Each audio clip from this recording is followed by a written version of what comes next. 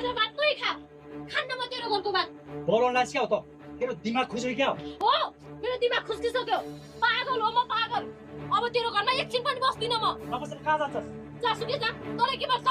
तेरो बोइ हो म मलाई मतलब नगर कसले हुन्छ तँसँग बिहे गर्नु नै मेरो भुल थियो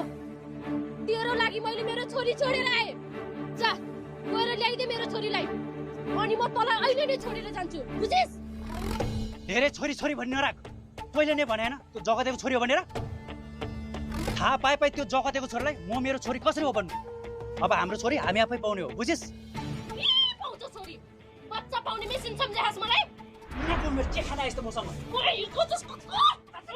पुरै हिर्काउँछस् पुरै हिर्काउँछस्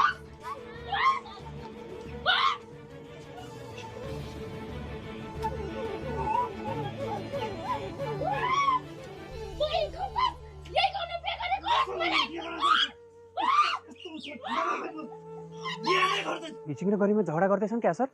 हो जस्तो छ जाउँ जाउँ रानी बनाएर राख्छु म तिमीलाई माया गर्छु भनेर खप्पिया गरेको छैन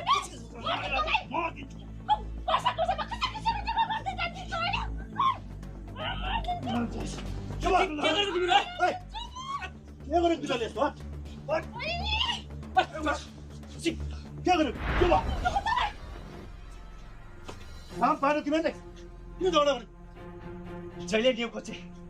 सानो सानो कुरोमा खिचखिच गरिरहेको छ यही सब गर्नको लागि बिहे गरेको तिमीले यसको लागि मैले मेरो छोरी छोडेर बिहे गरेँ रानी बनाएर राख्छु भन्थे यसले मलाई अहिले आएर यो घरको नोकरानी बनाएर राखेको छ घरको काम गर्दा नोकरी हुन्छ त्यो पनि यो घरको काम तैँले नगरे तेरो बाबाले गरिदिन्छ तेरो बाउको नाम लिन्छस् कुकुर पादिम बच्चा हो तिमीहरू यसरी सानो सानो कुरामा झगडा गर्ने हो भने बिहे किन गरेको हो के थाहा मलाई यसको बानी यस्तो छ भनेर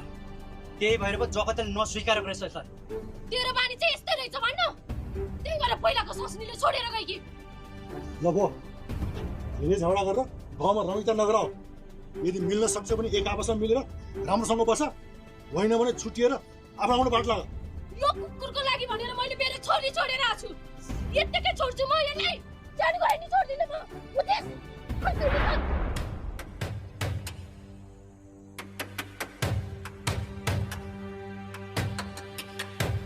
के गर्ने आफूलाई स्वास्नी चाहिएर हतार बिहे गरिहाल्यो अहिले आएर टोक्नु नबोक्नु भएको छ